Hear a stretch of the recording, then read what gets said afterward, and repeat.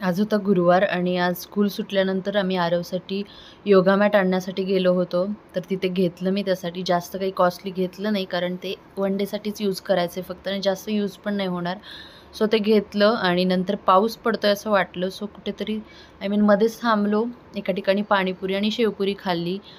तोपर्यंत पाऊस थांबतच होता. पाऊस थोडा कमी आल्यानंतर आम्ही घरी आलो आणि बरोबर घरी आल्या आल्या पाऊस थांबला.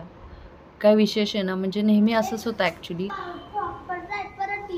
त्यासाठी हे ब्ल्यू कलरचं मॅट मी घेतलं. त्याच्यानंतर संध्याकाळी त्याचा 7 ते 8 बांजूचा क्लास होता, तो अटेंड करत होता.